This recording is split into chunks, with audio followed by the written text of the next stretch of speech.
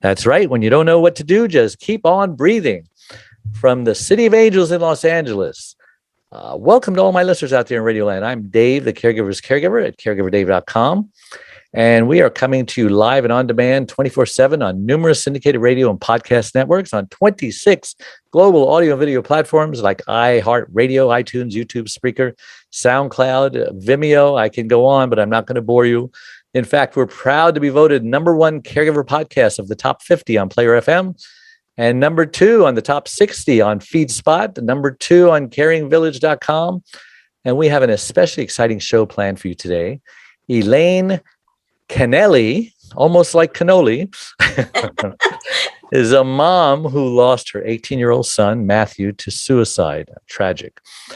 But she also defines herself as a teacher, businesswoman, and grandmother to 3 lovely grandchildren. I have 7. And the latest being a granddaughter just 2 weeks old. Elaine is described on the cover of her latest book as a friendly and accessible voice of experience who found how even the wounds of suicide can heal into hope and restoration. Before we get started, I want to thank my last week's guest, Bob Krulish. It's what we say and how we say it that makes all the difference in caring for our loved one. And just a reminder, you can watch or listen to that interview and all our interviews on our membership website, caregiverdave.com, or any of the other 26 global networks I mentioned earlier. All right, enough of that. Elaine, welcome to the Caregiver Dave Show. We are so excited to have you on. Well, thank you for inviting me. It's a pleasure. Oh, the pleasure's ours. I always like to ask my guests, just who is Elaine Kennelly and why was she placed on this earth? That's a great question. I am just a normal, everyday mom. There is nothing special about me, except that I have come through a very terrific grief journey in the loss of our 18-year-old son to suicide. Suicide really shows no mercy. It's a long and complex grief journey, and you have to be very careful. And I know you like that word care. You have to be very careful to take good care of yourself during that process. Right. And most people do not. I did not. I made a lot of mistakes. I made a lot of mistakes, and I share them all because I think we have something to learn from them. Yeah.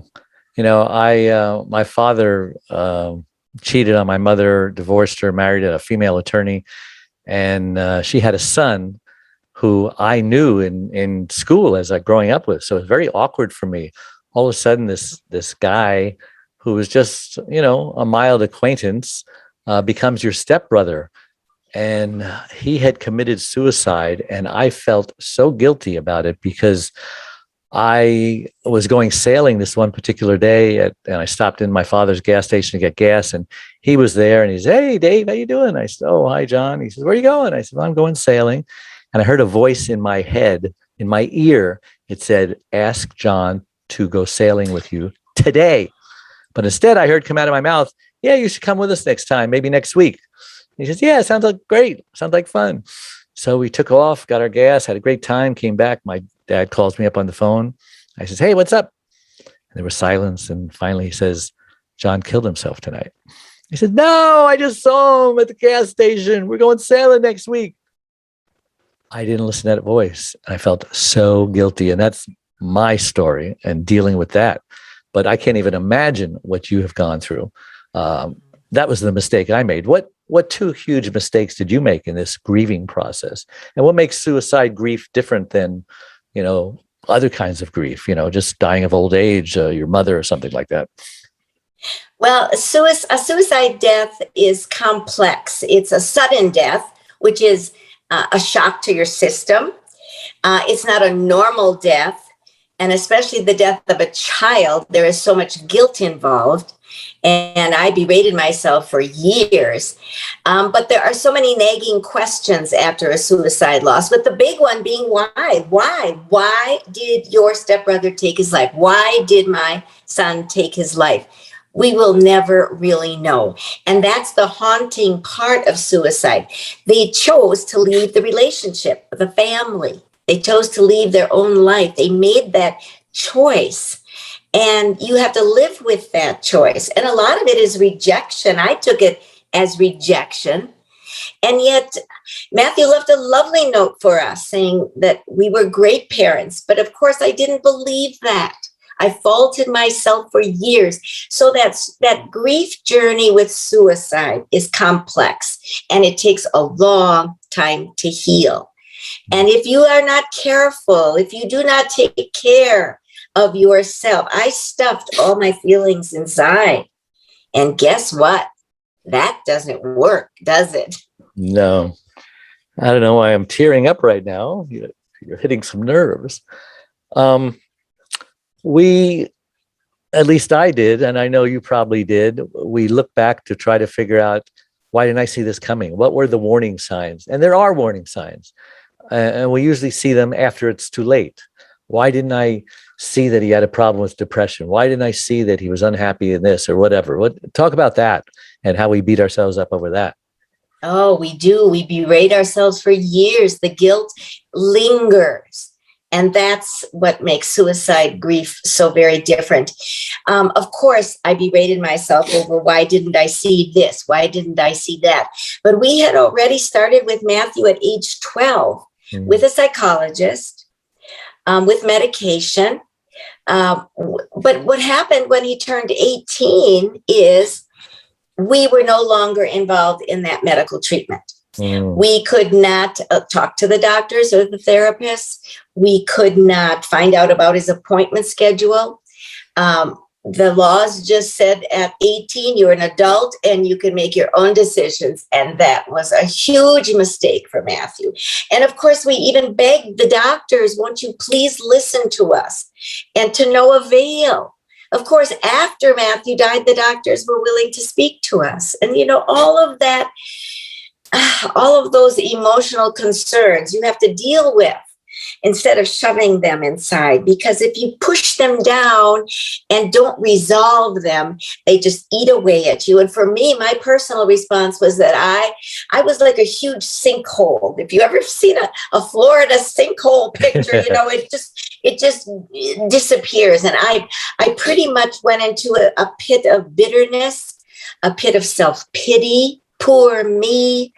And I was so angry.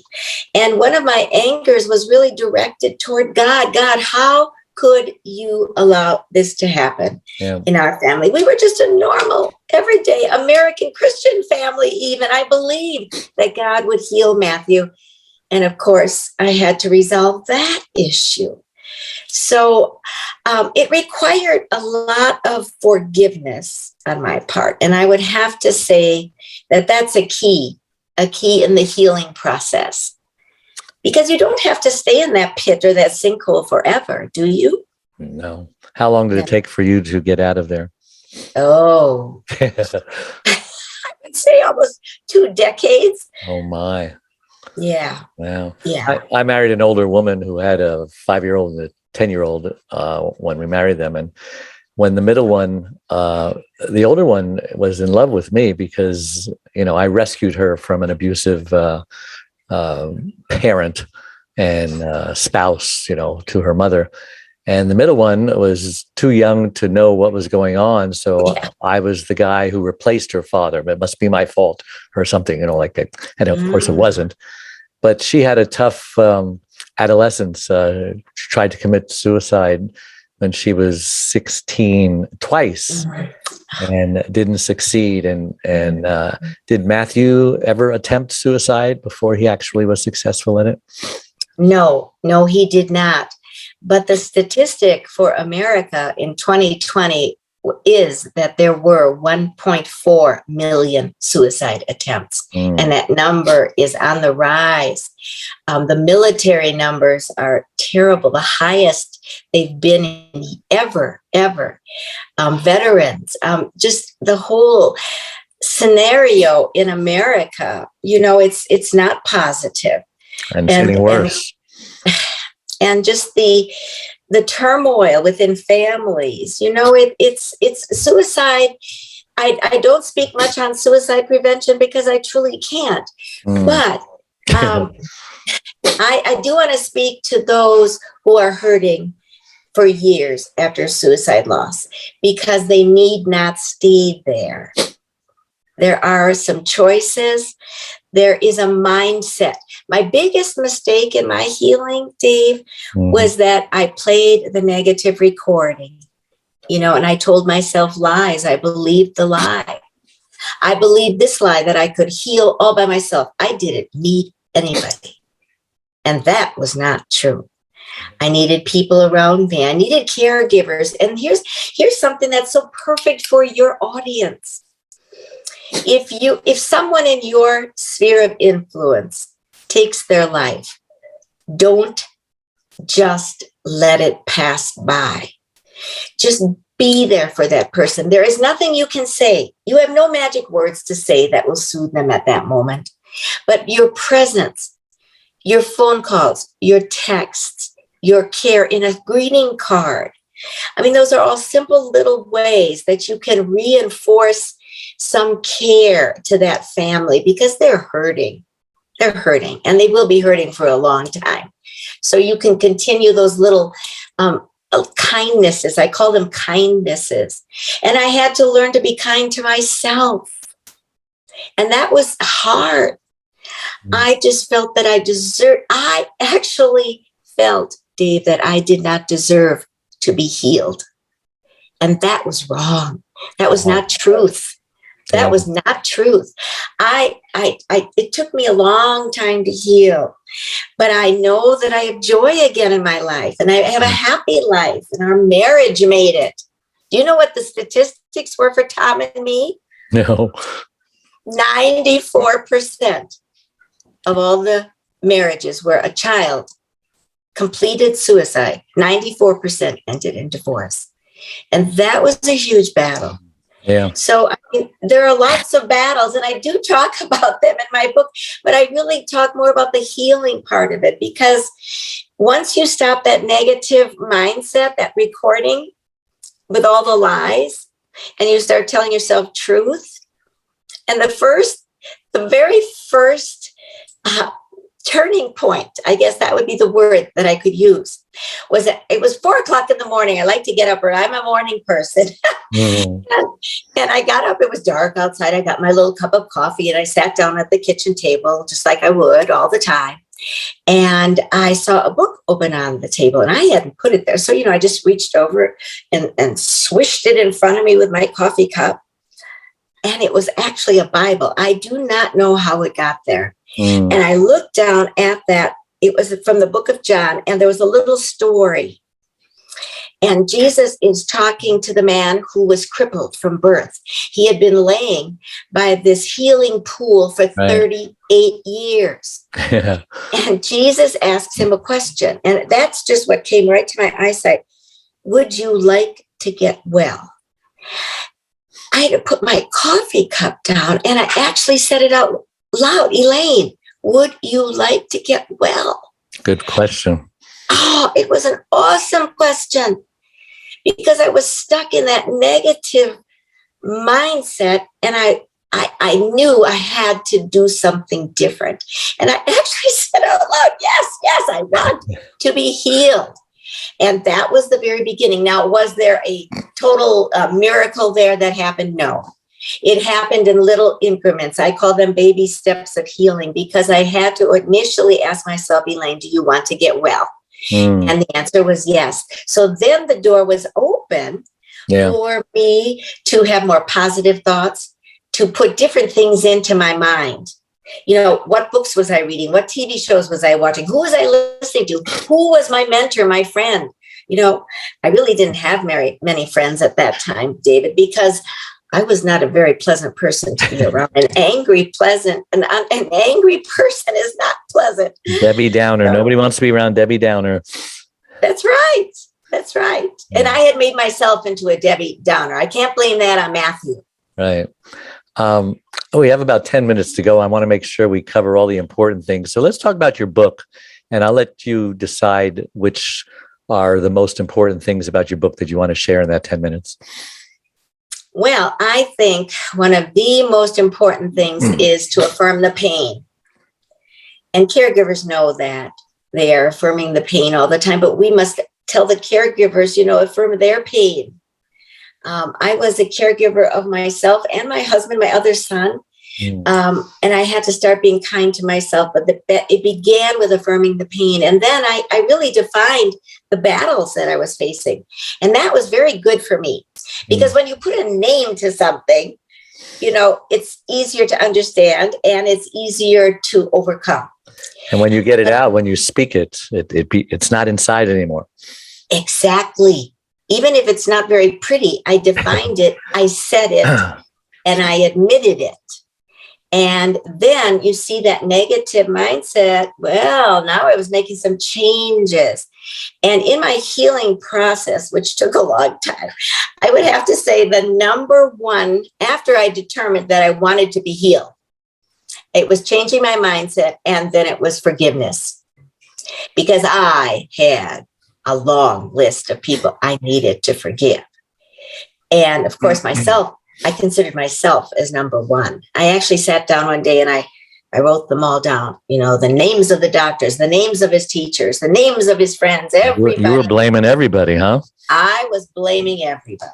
I blamed my husband, Tom. I blamed myself. And really, I should have blamed Matthew. Isn't that interesting? He didn't get my wrath. That is so interesting with me, that I wasn't angry at him. I kind of understood him. He was a melancholy child. His glass was never even half full. He didn't make friends easily. He didn't adapt easily. So, I kind of understood some of his concerns and problems. But what angered me in this long list, I had to really write down what do I have to forgive about the doctors? And then I had to just say, well, they were only human. They made the choices they could under the law that they could at the time. And I need to, I couldn't always use the word forgiveness, but I could use the word or the thought of letting go. I could let go of that. It didn't haunt me all the time. It didn't bother me all the time. And I think that would be very important in everyone's life. I think we all have people we need to forgive. Sure. And some people didn't even know they were on my list. Yeah, unforgiveness is like drinking poison and hope the other person will die. They don't feel all of your wrath. They're just going on having a good time, and we're killing ourselves. Amen. Amen to that. You just said it all. And forgiveness allows you to let go of that and not carry it around with you. We talk about, emotional baggage all the time, or, Sure. That letting go, release. It's a release. And it helped my weariness. I became so weary after a while. I got so tired of battling that I finally gave in and let go of that. And then I was able to give myself away. I think, we reap what we sow. Right? Did I say that right? Yes. Sometimes I turn it around. We reap what we sow. Yes, that was right. Yeah. And I found that I had to start sowing, even smiling. It started with the little baby step of I was smiling much more at strangers even. And it was interesting. They smiled back. And I hadn't really noticed that for years. That I was walking around, with a chip on my shoulder and furrowed brows, and I wasn't going to smile or look at anybody. And I started looking people in the face and smiling at them. And I noticed they looked sad too, and they would smile back. And I tell you, that little baby step of smiling or kindness, baking cookies and giving them to your neighbor, those acts of kindness came back to me. I call it the harvest principle. We have to spread some joy before we will receive joy in return. And that was a huge healing point for me. Yeah, and it also does another thing. If we're kind to everybody, chances are you're going to be kind to someone who was thinking about taking their life. Who thought that Anthony Bourdain, Robin Williams, Kurt Cobain, the lady who had the purses, I can't think of her name right now, the designer purses, but... Oh, I know who you mean. I can't think of her name either, but I know who you mean. So, you just never know who's going to, and you hear stories. I mean, one of my pastors, about 30 years ago at a different church, his son committed suicide. He was probably about 17, 18, I can't remember. But being raised in a Christian home, and they were good parents. But his thing was that he knew he was imperfect. And he hated that about himself. He wanted to be a good Christian. And he knew that sin was in him. And he was so unforgiving to himself. And I would recommend this to Christian parents, that, don't be so hard on the kids, that remind them that they're human. We're going to fail. God doesn't care, what we do. He cares how long it takes us to get back up. And, he forgives us. We need to forgive ourselves. And the one thing that is probably the number one topic in my book is grace always wins. Love that word. Yes, grace. It covers us all. It covers every person. And so I know where Matthew is. And, to be very honest with you, we were told that Matthew had taken the road to hell. I know there are people out there who actually believe that. Can you believe it? Yes. And of course, tell me why you don't believe that, so that there are people listening need to hear what you say. I know where Matthew is, because Matthew believed in Jesus Christ. I'm a Christian. Matthew was a Christian. We lived the Christian faith within our family. We went to church. They went to parochial schools. I know that Matthew was baptized. He was confirmed. All of those things. And my conversations, I know Matthew. He's my son. Yeah. He had a Bible verse in his pocket when my husband found him hanging from a tree in the woods near our house. And I know that Matthew believed, and that's all it takes is belief, faith. Yeah. If we have faith. The thief on the cross made it, didn't he? Yes. And grace covers it all. It covered my sin, my anger, my rebellion against God. And the interesting thing about God, he waited for me. He just waited and waited and waited until I could forgive, until I could say, Father, I need you in my life. In fact, here's a great little story. I just one minute. Sure. I was sitting in church, and I never participated in church anymore. I counted the ceiling tiles. I could name off the hundreds of ceiling tiles in that church within each row. But one day I heard the word solace. Now, isn't that an odd word? Who uses that in everyday language? But I knew right away what it was. I had missed the solace of God. I had missed his love, his care, his arms around me. Prayer. I wasn't praying to him. And I missed that so much that I again, another little baby step, that I knew I need to reconnect with God. And he waited for me, and he still loves me. He never loved me any less or any more. He loved me the same. Let's define grace, because most people don't use that word a lot, So the way I see it, grace is getting something you don't deserve. So that's a good thing. And mercy is not getting something that you do deserve. Sure. Right. So if you deserve to be punished and you're not punished, that's mercy. If you deserve punishment and you don't get it, that's grace. Yes. Yeah, it's so important. Yes. So you talk about your book.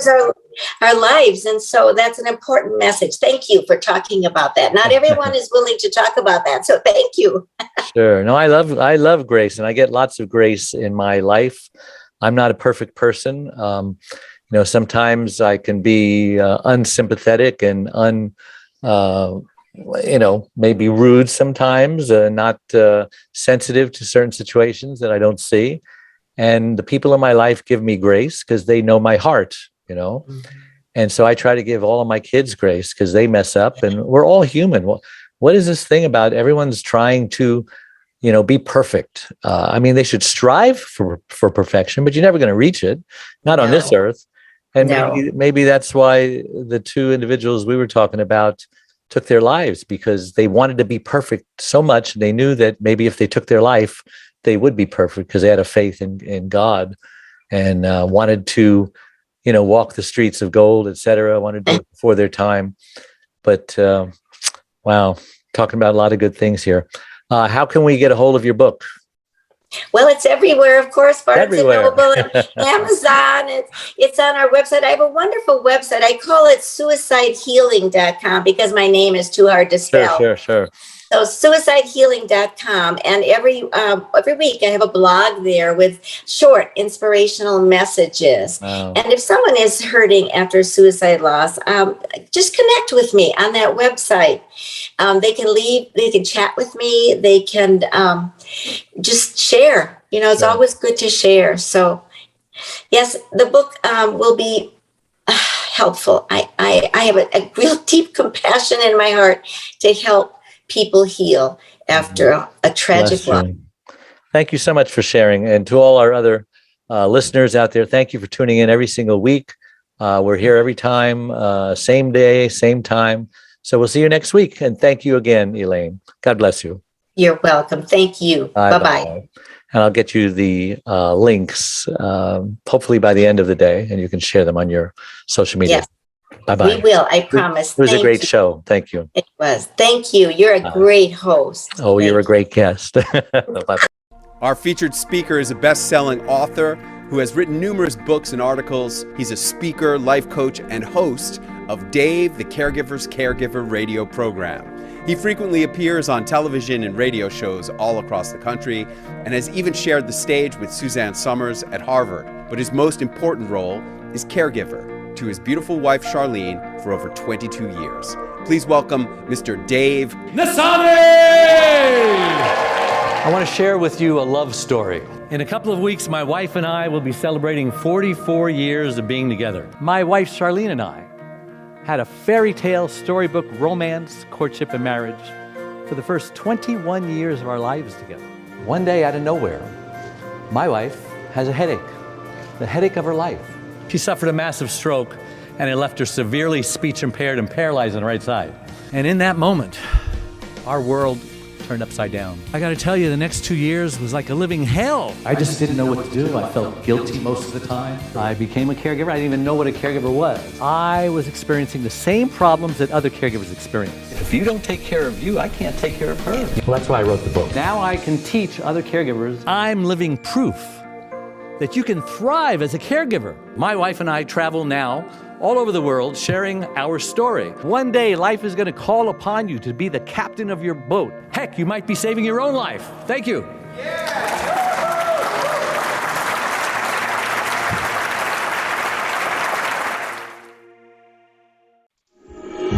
Sometimes it feels like the sun will never rise, like the birds will never sing again.